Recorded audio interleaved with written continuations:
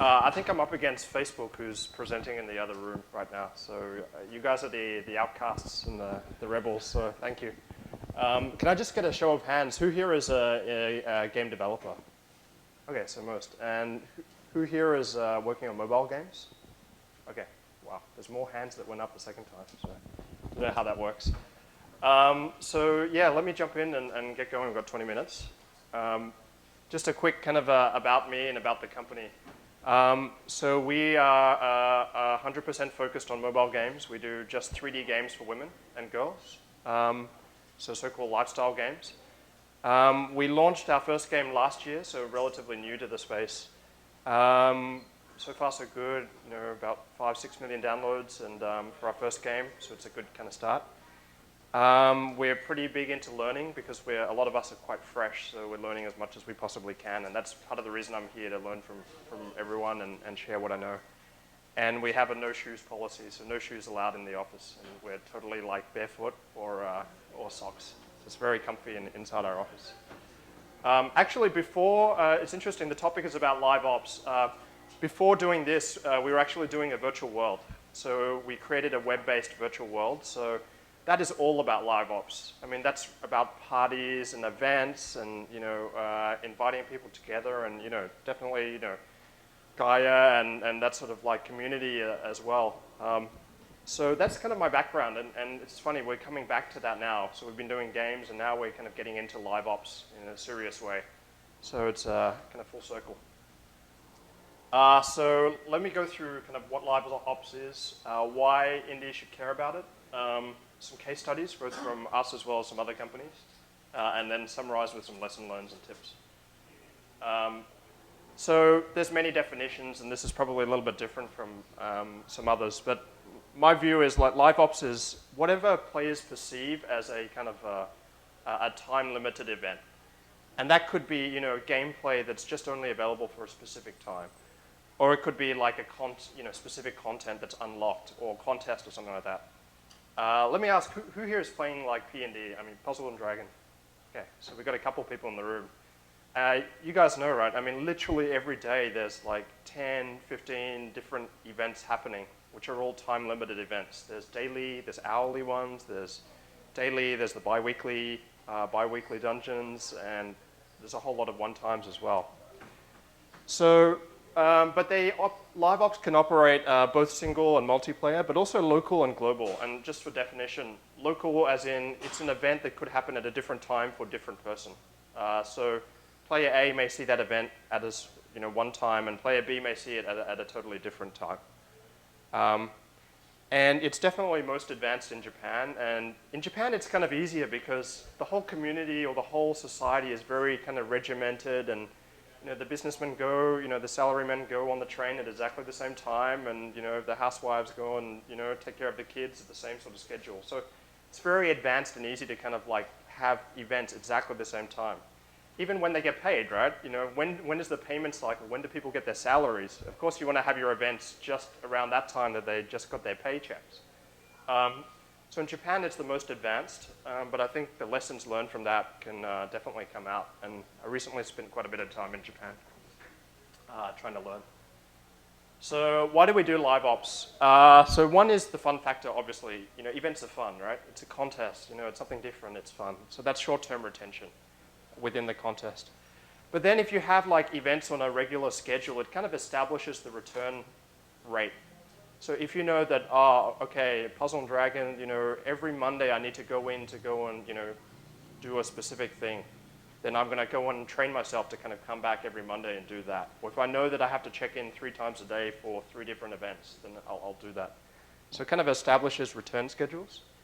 And then most importantly, I feel, is like the community building. Like if you have an event, you have, especially the global events, bring people together. And you get a whole lot of like collaboration, and I'll talk about that. And then of course, all of that translates to monetization increase. And so for example, the folks at Funzio saying that, at least half of the revenue is coming from, from titles like Modern War, are coming from events. Now you may say, okay, that's great, Simon, but Funzio and Gree, big mega corp, right? Where I'm in India, I've got like 3 people. Well, actually, some of the teams building these games are not necessarily huge either. And in our case, we literally have one developer who's doing all of the live ops for all our existing game. And he's just off by himself, kind of like doing all the continued development and running all the contests and stuff. So it's possible to be done kind of with small resources. How many are kind of one-person shops? You know, just one person, or are you guys one person? Okay, so most people have at least a couple of people working with them. Okay, so let me take you through some examples. Mostly the games I've been playing, so I'm more familiar with and researched. So here's an example of a local event, which is a single-player game. Well, it can be played very much in the single-player mode, which is from Megapause. And this is a game I kind of got into quite a lot, even though it's a very brainless, simple game of just city building and just consuming, and building more stuff. So I got very excited. You know, I turned on my iPad and suddenly there's this message and it says like, oh no, there's a big meteorite that's hit, you know, and we need to go and like clear up the area and, you know, or else, you know, and you've got like 1 week to do it. And the funny thing is, somehow if you ignore that thing, your city isn't destroyed. It's still there as it is. But still, you know, it's like, okay, all right, I've got to do the meteorite thing. So how do they do it? They have like, okay, you've got about 8 days. And first you've got to establish law and order. And then you've got to go and study the meteorite. And then you've got to put safety precautions. And then you've got to get precise data. And then you've got to like, my home is my castle. Basically like, you conquer it and it's kind of like, you know, heroes return. And you can prolong it as well. So somehow the meteorite will just, you know, stay cool if you give it some extra money and it won't kind of destroy the world. So this is a really fun, kind of good example of a very localized single-player live op event. And you get a reward at the end of it. And then, surprise, surprise, there's like a purchase pack, which happens exactly the same time. It's triggered like, you know, maybe 20 minutes after. It pops up and it says, hey, just for this July 15th to 16th, and when I screen capped this was just recently, there's a special one-time offer. And that's programmatically generated. So you think it's like a July 15th, 16th, but actually it's the game programmatically saying, okay, today's date plus the next date, that's the special. And it has all of the materials you need at a discounted price. So it's pretty attractive. It's like, hey, I want to find out what happens and I want to go into that. Does anyone play this game, by the way? Am I the only kind of victim here? Okay. And so here's a summary of the event. So there's 5 stages required to be completed within 8 days. You have to build and upgrade around about 10 buildings through the process. You have to collect many items through kind of like the social, you know, you discover some items, you send them to friends, and some items can only be given by friends. I think it's something like 30 or 40 items. You have to complete contracts, which are just, you know, mechanisms within the game. You start contracts and then they finish and you get results. And you also have to visit friends during that time period. So actually, if you sum it up, and I didn't complete this quest, and you'll see why in a second. But I kind of looked online and checked the forums and everything, and I kind of tallied it up, and it works out to be about 500 premium currency, cash, and about 500,000 coins. And that translates in IAP in real money to about $30 US. So to complete this one local single-player event, you have to spend about $30 US. And there's a reason why this app is one of the top monetizing apps out there. But the thing is, from a programming point of view, that's actually not too hard to do, right? I mean, you just go and put a timer in the game, and it's the same mechanic that you have. You just put a timer around it, and it seems very kind of like time-specific. Yeah. So that's a local single-player event. Here's another example from Pocket Gems, which is a really good game, Campus Life. And this one has like events where you have to go and, so it's a little bit different actually. This one here, the fall of the meteorite, actually happens, it's triggered by, it just kind of comes out of the blue and you don't get any warning about it. And whereas this one here is kind of like, you get the warning, like you see what's coming next. So you say, oh, okay, the next one is going to be this thing here. And then you have a certain time period. It could be like, you know, in this case, it's close to, you know, like how many hours is that? So about 3 days worth of time to complete all of these tasks. And this is just layers on top of the existing game mechanics, so you can kind of like search, collect the items, and it's a birthday for a sweetheart, and you've got to prepare for that. And you can extend as well. So if you ran out of time, you can come back and kind of extend the time required. Yep. So in summary about the local events, I think the local events are really good. I think that they a good way to kind of give people fun things to do within the game, without requiring any real manual work. You kind of program them in and they're done. Some tips for that is to go and be able to have repeating events. So if they decide not to do it or they had a reason why they couldn't do it, you can cycle it back in later on. Or you can cycle it back in but just give it a different name. And maybe you have like different names for it, but it's essentially the same sort of thing. Okay. Let's talk about a different sort of event, which is a global multiplayer event. So lately, a few of us in the office are really liking this game. It's from Motorworld. I think it's published by DNA. And a really, really cool kind of pixel art car construction factory simulator. And you kind of build different cars and you kind of collect lots of cars. Actually, surprisingly deep. There's quite a lot of mechanics in here and layers.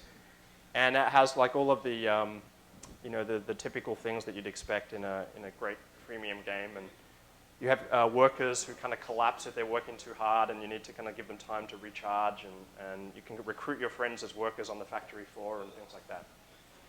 And I just kind of pulled a screenshot, but this is like some of the global events that they've had since they launched recently. I think they launched in the last couple of months. And if you see, it's a little bit hard to read, but in the middle column shows the type. And basically, they have 2 or 3 core mechanics, like building a car and selling it, and then racing cars are kind of their 2 key mechanics. So their events are either focused around building cars or racing cars. And let me kind of take you through an example of that. So this was the King of Racing event. And what happens is it's divided up into stages. So there's 4 stages in this event. And each of the stages, the reward, so you basically have to build some cars in each stage. So stage 1, I got to build 3, build 3 cars. And my reward for that stage is actually a car that I have to build in the next stage. So kind of like change the stages, one by one. So you can't go to stage 2 until you've kind of collected the thing from stage 1. So if you like, there's a pyramid, right? You have to do lots of things at stage 1. Gives you limited resources, and you do those at stage 2, and you kind of keep having to do the thing over and over. And then at the end of that, you get a chance to get like a very rare car as the reward. So you get, along the way, every stage kind of gives you rewards, but at the end, you get a rare car out of it. And I think this is kind of a very fun mechanic. And some interesting things are, like stage 1 and stage 2, all the free players can do, so they can go and get part of the way. But to compete, to get stage 4, you really have to be spending real money to kind of do well or to complete it in stage 4. And then that's where the rankings come in. So when you get to the end of stage 4, then they have the global rankings system, and then you go and get prizes based on your ranking globally as well. So it's kind of like local rewards plus a global kind of like leaderboard rewards at the end if you made it right to the very end. So yeah, that's a nice one. And then they have other types as well. So this one is, actually this is the racing example. The other one I was talking about is the building the car one. But this one is actually, you need to race these cars in stage 1, and then you need to race a different set in stage 2 and so forth. So let's talk a little bit about collaboration, because I think that the events that work the best are the ones where it's not just individual, kind of like by yourself, just competing on a leaderboard. It's where you have some sort of collaboration. And there's varying different levels of collaboration that you can do. So the simplest one is kind of like you put a guild system around it, and it's basically like you're independently doing the task, but then your totals are being aggregated together, and then your guild has a ranking that kind of goes up or down, and you get results based on that. So Pocket Planes is a good example of that. You can have these kind of like events that happen, like Father's Day in Spokane, and you have to go and fly and do jobs into that airport. And then your total, jobs by you, gets added together to the jobs by the flight crew, and you get a total. And then you go and see the result. So this is kind of fun, and you have competition as well between the guild members. But then you get to games like Rage and some of the more advanced ones, which I think are really good because there's real cooperation involved. Like if too many people like march to an enemy like city or wall, then it leaves the defenses kind of very vulnerable at home. So you have to kind of coordinate your timing and then see who's going to attack with what things. And I think that's really intriguing, and that definitely generates a lot more monetization. Okay, just another example from one of our games, Style Me Girl. For example, there's an EcoChic Contest, and we hold it for just like 2 or 3 days. And this one you have to have like themed fashion challenges, and you have to kind of like compete on the runway for a particular fashion theme. And this one is eco-themed, so it's basically like a PvP thing, and it's kind of like you PvP and then your rank goes up or down, and it's kind of dynamic until the time elapses. And we had a single global leaderboard, so the top 3 and then the top 100 got special prizes, and then we got a participant prize that random dropped within the first few kind of like fights, if you like, or fashion challenges. So we had rare prizes. So how did that go? So let's talk about the good and the bad, because it was kind of mixed. So on the positive side was it increased sales. So yes, okay, from a business point of view, it worked. So if you look on the graph, a bit hard to read, but retention went up about 20–25% overall. Item sales went up about 45–50%, and total IAP revenue went up about 60–65%. So we roughly got a 60%, 65% increase in total revenue, as a direct result of that event. So I think that's sustainable. Like if you just have more events, the revenue will go up and it will kind of stay at that level. So that was good. The players enjoyed the whole process, even though it was a bit clunky and quirky. And they liked the collecting spirit. Like, hey, there's some rare things. I've got something to collect and kind of like have forever. And I think that breeds kind of anticipation of the next event and trying to collect them all. Some of the negatives, though, was that our system was like a global leaderboard. So what happens is the casual players were like, yeah, cool, let me get into this event. And they played it, and then they're like, I have no hope. I've got my participation prize, but I have no hope of getting to the top 100, because that's really high-end players at that. So they kind of gave up. The casuals kind of dropped off early. And we saw this in our stats. Like the energy rate went up at the start of the life cycle and then of that event life cycle, and it kind of trailed back down for the mass market. So the solution to that would be to have tiering and having like, kind of like your basketball league, right? You have your local amateur league, and then you go into the D leagues and the C and the B, and then and so forth. So that's what we're kind of implementing right now, is to kind of have that graded thing. So you're in a small group, and then you can go up or down, get promoted or not out of that group, and then you have multiple rounds over and over. Our servers died. Like we just totally stuffed up our server dimensioning. Actually, the statistics killed us because we're pretty heavy on stats, and then we had so many online players sending so many stats that it died. So we had to disable stats, and that wasn't very pretty. And it was too manual, like setting it up, because we never anticipated events when we built the game. So it was very manual. And it was also very PvP oriented. And I know as a game designer that PvP is not as attractive for my audience. But it was the simplest thing to get out of the door. So I think it could have been much better with more elements, not just direct PvP in there. So let me finish up and talk about some of the lessons learned from this example and also the others that I've kind of studied and looked into. One is that no matter like, how unsure you are, have an idea of how events should be in your game in the future. So for example, we have a new game. We've got several games in development, but one of them is a celebrity game where you're kind of like, working with and recruiting celebrities. And so we have an idea is like, hey, if this game takes off, we can go and add like time-limited celebrities. Like Johnny Depp is only available for like 48 hours, And that's a very nice time-limited event. So plan for it early on, because then you'll think about it in your architecture and you won't have these manual kind of scaling nightmares later on. Use core mechanics. So use what players are comfortable with, and it also cuts your development time. So if your core mechanic is a collection mechanic, then use your collection mechanic. Puzzle and Dragon is the best example I can think of. I mean, they have a really nice kind of dungeon, boss kind of like system, and they just use that very seamlessly in their events. Local events are great. They're set and forget. You just code them in, and they will just keep on delivering retention and monetization over time. Give everyone a set of achievable goals, not just the high-end kind of top tier, but don't forget, like, those guys deliver the revenue, but you need the rest of the community to make the whole event seem worthwhile and valuable. If it's just 5 people competing by themselves, it's not much fun. You can pair it with themed item packs, so give a way for people to spend money if they're really excited about this event. And also just have some fun with it. I mean, when we rolled out our first event, we had, it's funny, most of our developers are guys and all of our designers are women. So we had this funny thing where suddenly, like, we had our first contest and all the male engineers are like, all right, I'm in, and they're competing and trying to go up the charts. And so, have some fun with it internally with the themes and what sort of events that you come up with.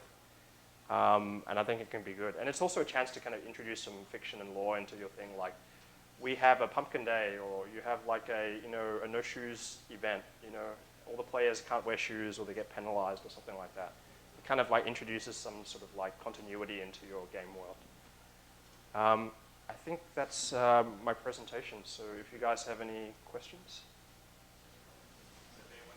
If anyone has questions, please raise your hand so we can come around and give you a microphone.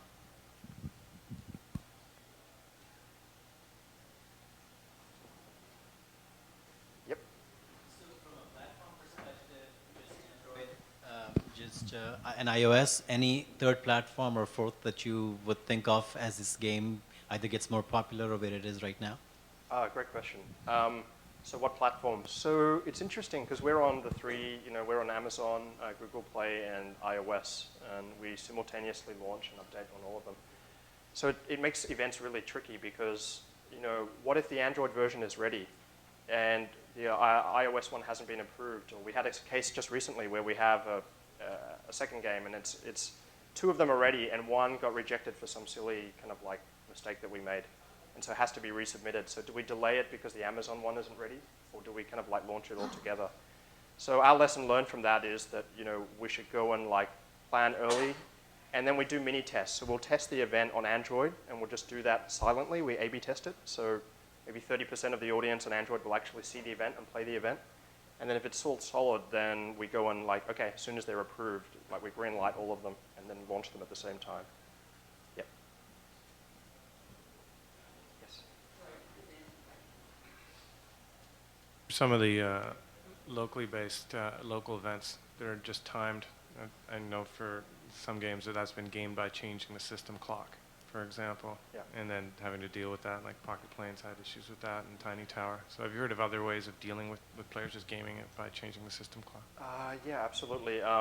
So we have that problem. We kind of like, we play offline, so you can play it on the plane and everything. So you can go and skip forward and get bonuses, and then it messes with the events. So for that thing, we had to go and have like an online clock. So the event introduced our first kind of like online server clock, and you can't really cheat on that mechanism.